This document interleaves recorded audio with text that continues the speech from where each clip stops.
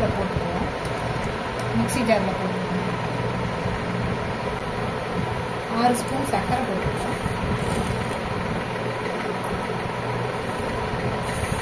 சர்க்கரைனா இனிப்பு நிறைய சாப்பிடுவாங்க, போட்டுக்குவோம்.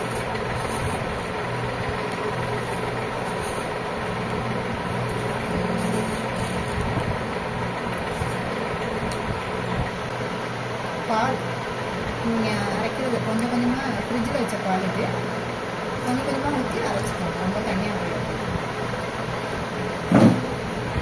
இப்போ இதில் கொஞ்சம் ஐஸ்கிரீம் போட்டுக்கோம். என்கிட்ட மேங்கோ ஃப்ளேவர் இருக்குது, இந்த கலருக்கு போட்டு அரைச்சிக்கோங்க.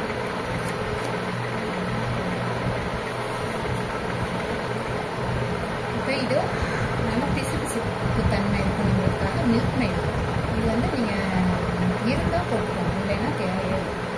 கொஞ்சம் நல்லா தான் போடுறேன், தேவைப்பட்டால் போட்டுக்கோங்க. கொஞ்சம் ஸ்வீட்டாகவும் இருக்கணும்.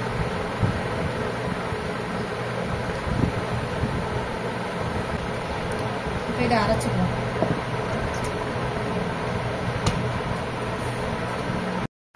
ஒரு கிளாஸ் எடுத்துக்குவோம். அதில் கொஞ்சம் மாம்பழம் பீஸ்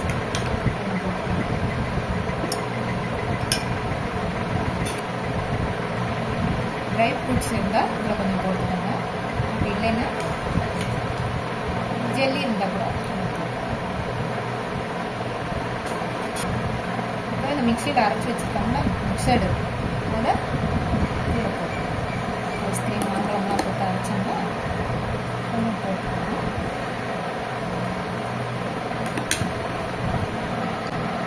நீங்கள் கொஞ்சம் தண்ணியாக கூட அரைச்சிக்கலாம் சாப்பிட்றதுக்கு. நான் வீடியோக்காக கொஞ்சம் கெட்டியாக அரைச்சி வச்சுருக்கேன்.